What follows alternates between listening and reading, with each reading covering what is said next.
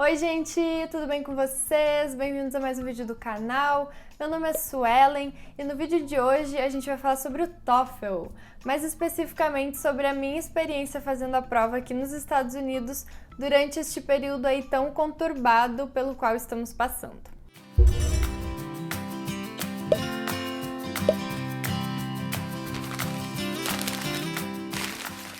Quem está se preparando para fazer a prova deve saber já que as provas também estão sendo afetadas por essa situação do corona. E a minha prova era para ter acontecido no dia 2 de abril. Eu estava lá estudando assim horrores naquela última semana, nos 45 do segundo tempo, e um dia antes eu recebo um e-mail de que o meu teste foi adiado para o dia 2 de maio.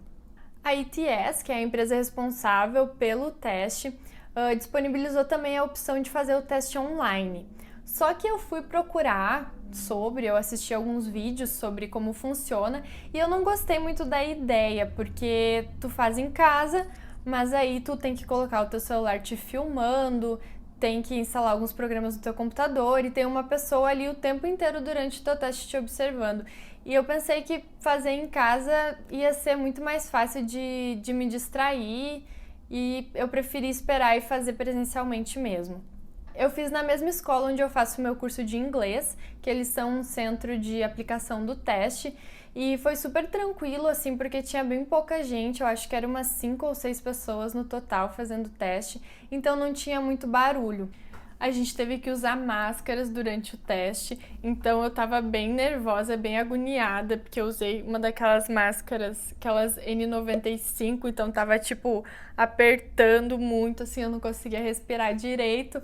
Mas depois eu até levantei um pouco embaixo porque não tinha condição, gente, tava muito difícil. E aí na parte do speaking, obviamente, tem que tirar a máscara para falar, então...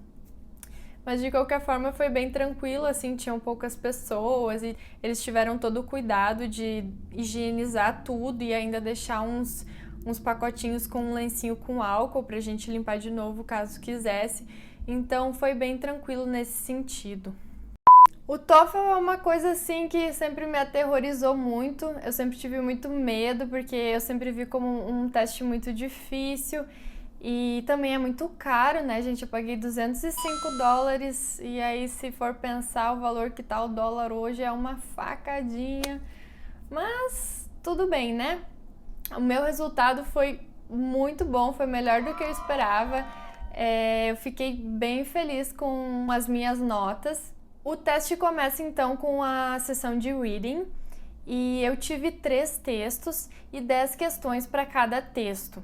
E eu achei essa parte muito fácil.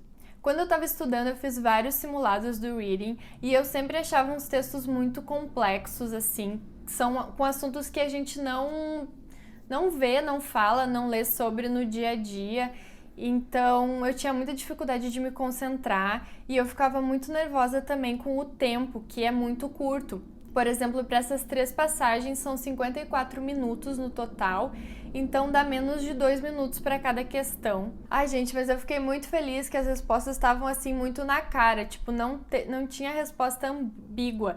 Tinha umas coisas até tão óbvias que parecia que a resposta nem tinha nada a ver com o texto. Então tava assim, muito fácil mesmo, eu fiquei super feliz. Eu consegui 28 de 30 e eu tenho certeza que essas que eu errei foram as únicas questões que eu tive dúvida. E outra coisa fácil foram as questões de vocabulário, que eles eles selecionam alguma palavra do texto e pedem para tu dar o significado daquela palavra, dão algumas opções, né? E eu achei muito fáceis essas palavras. Eu sempre dava de cara com umas palavras difíceis nos simulados, tipo palavras que eu nunca tinha visto na vida, que eu não fazia ideia do que era. Então eu fiquei bem feliz. Eu não sei. A segunda parte é o listening, que são vários áudios, né? Conversação e professor fazendo lecture. E foram 3 sessões, se eu não me engano, e 2 conversas e uma lecture em cada uma das sessões. Então, assim, chegou no último listening, eu já não aguentava mais, porque tu tem que ir anotando tudo, tu vai ouvindo, anotando o máximo de coisas que tu consegue. E isso foi uma das coisas que me prejudicou, porque eu perdi umas 2 frases, assim, do último listening que acabaram caindo em questões e eu não fazia ideia da resposta porque eu realmente perdi aquela parte completamente. Outro problema que eu tive no listening foi que enquanto eu estava estudando, a gente estudava sempre 15 segundos para cada resposta. Então, dava 15 segundos, respondia, se tu não tinha conseguido responder, o problema é teu, né? Já aparecia a próxima questão, e aí mais 15 segundos, e assim ia. E durante o teste não é assim, é um tempo total. Por exemplo, para uma sessão tu tem 7 minutos no total, então tu vai ouvir, enquanto tu tá ouvindo não tá diminuindo esse tempo, né? Mas aí tu ouve e quando termina a conversa ou a palestra, começa a contar o tempo.